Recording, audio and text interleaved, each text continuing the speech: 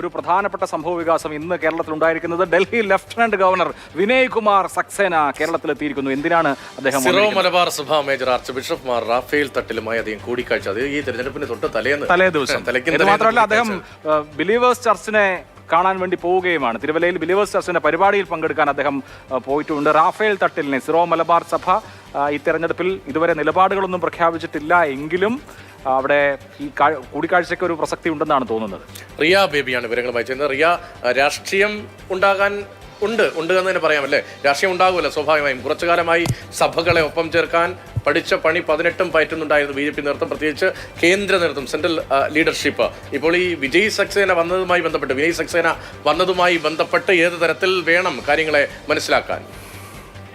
ഔദ്യോഗികമായി സീറോ മലബാർ സഭയുടെ ഭാഗത്തു നിന്നോ ഒപ്പം തന്നെ ഡൽഹി ലഫ്റ്റനന്റ് ഗവർണറുടെ ഭാഗത്തു നിന്നോ പ്രതികരണങ്ങളൊന്നും ഉണ്ടായില്ല. പക്ഷേ തെരഞ്ഞെടുപ്പിന് തൊട്ട് മുമ്പത്തെ ദിവസം സീറോ മലബാർ സഭ ആസ്ഥാനത്തെത്തുന്നു. അവിടെ ആർച്ച് ബിഷപ്പ് റാഫേൽ തട്ടിലുമായി കൂടിക്കാഴ്ച നടത്തുന്നു എന്നുള്ളത് തന്നെ ഒരു പൊളിറ്റിക്കൽ ചിത്രം തന്നെയാണ്. നിരവധി മണ്ഡലങ്ങളിൽ വോട്ടുകൾ വളരെ നിർണായകമായ നിരവധി മണ്ഡലങ്ങളുണ്ട്. നേരത്തെ പറഞ്ഞതുപോലെ യാക്കോബായ സഭയൊക്കെ നിലപാട് വ്യക്തമാക്കി അങ്ങനെ നിൽക്കുന്ന ഒരു സാഹചര്യം കൂടി കേരളത്തിലുണ്ട്. ആ സാഹചര്യത്തിലാണ് ഇപ്പോൾ നേരിട്ടെത്തി കൂടിക്കാഴ്ച നടത്തുന്നത്.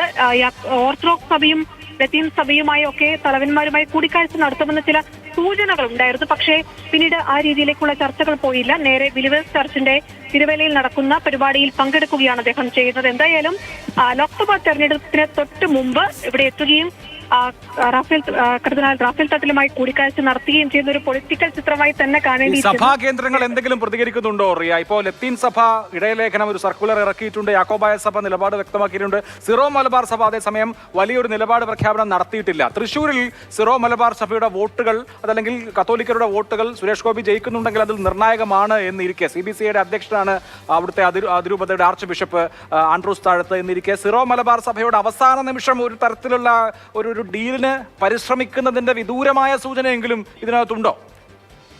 ഇക്കാര്യത്തിൽ അങ്ങനെ യാതൊരു തരത്തിലുള്ള പ്രതികരണം, ഏതെങ്കിലും തരത്തിലുള്ള രാഷ്ട്രീയ ചർച്ചകൾക്ക് സാധ്യതയുണ്ടോ, നിലപാടുകൾ ഇത്തവണ സഭ പ്രഖ്യാപിക്കുന്നുണ്ടോ തുടങ്ങിയ ചോദ്യങ്ങൾക്ക് അങ്ങനെ യാതൊരു വിധത്തിലുള്ള മറുപടിയും സിറോ മലബാർ സഭയുടെ ഭാഗത്ത് നിന്ന് വന്നിട്ടില്ല.